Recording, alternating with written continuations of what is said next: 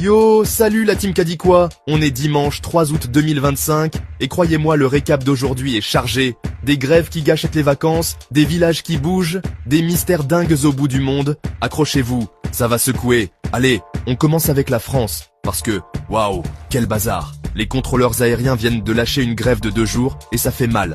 On parle de 900 vols annulés rien qu'ici en France. Et tenez-vous bien, 300 000 voyageurs plongés dans le chaos partout en Europe. Paris-Orly, Roissy, Nice, tous les grands aéroports ont pris un coup. Et, bien sûr, ça arrive pile au moment où tout le monde part en vacances. Si vous deviez prendre l'avion ce week-end, vous savez ce que c'est? Pendant ce temps, le gouvernement, il sue à grosses gouttes pour les finances publiques. Cet objectif de maintenir le déficit sous les 3% d'ici 2029, ça s'annonce compliqué.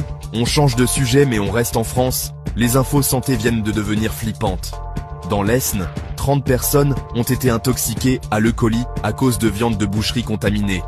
Le plus triste, une adolescente n'a pas survécu. Ça donne des frissons dans le dos.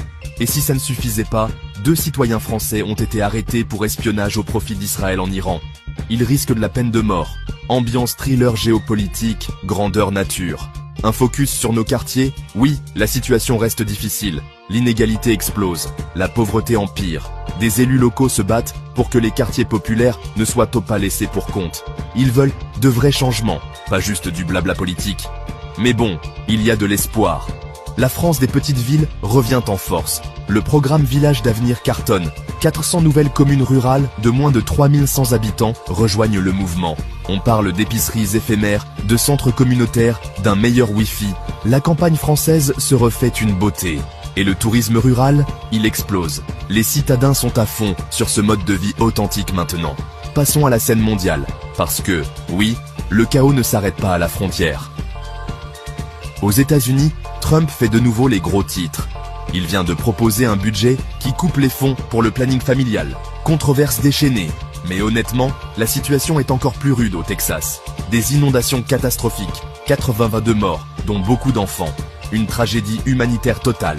Pendant ce temps, Trump reste dans le chaos et la cruauté, selon les ONG.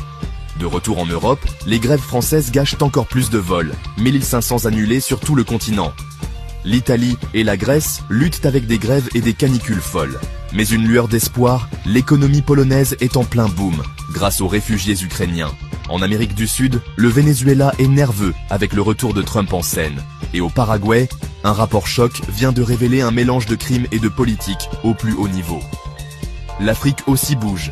La RDC accuse le Rwanda après la chute de Goma.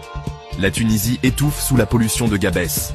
Mais pour une fois, une bonne nouvelle. La Banque africaine de développement accorde à Johannesburg son tout premier prêt direct. L'Asie a aussi son lot de drames. La Chine et l'ASEAN discutent d'une zone sans nucléaire. La Corée du Nord vient d'ouvrir une station balnéaire à Kalma. Sans blague, et la Chine est sur les nerfs à propos de la succession du Dalai Lama. Bon, on change d'ambiance avec le sport, parce qu'aujourd'hui, il y a un retour légendaire. Olivier Giroud, oui, notre héros de la Coupe du Monde 2018, est de retour en Ligue 1 à 38 ans. Il rejoint Lille, prouvant qu'il n'y a pas d'âge pour marquer des buts et faire vibrer les fans. Maintenant, le moment, attends, quoi? L'Australie remporte la palme. Des centaines de mystérieuses boules noires viennent de s'échouer sur les plages de Sydney. Plages fermées, scientifiques perplexes, internet en folie. Personne ne sait d'où elles viennent, mais tout le monde flippe. Bonus bizarrerie. Clermont vit une véritable ruée vers l'or. Avec les prix de l'or qui flambent, des chasseurs de trésors du monde entier affluent. Le Far West, édition 2025. On termine sur une bonne note, la météo. L'été est enfin, là à partir de lundi. Regardez les températures. Paris, 25 degrés. Lyon, 29 degrés. Marseille, 32 degrés. Bordeaux, 33 degrés. Toulouse, 31 degrés. Lille, 22 degrés. Brest, 19 degrés. Sortez la crème solaire. La semaine prochaine, les shorts et les lunettes de soleil sont de retour. Et on s'attend à des maximales jusqu'à 34 degrés. Et voilà votre dose d'actu percutante. Grève, mystères australiens, retour de Giroud et le retour de la chaleur estivale. Maintenant vous êtes au courant. Restez connectés à Cadiquois pour plus d'infos, plus d'énergie et plus de bonnes ondes. Likez, partagez, commentez et à demain.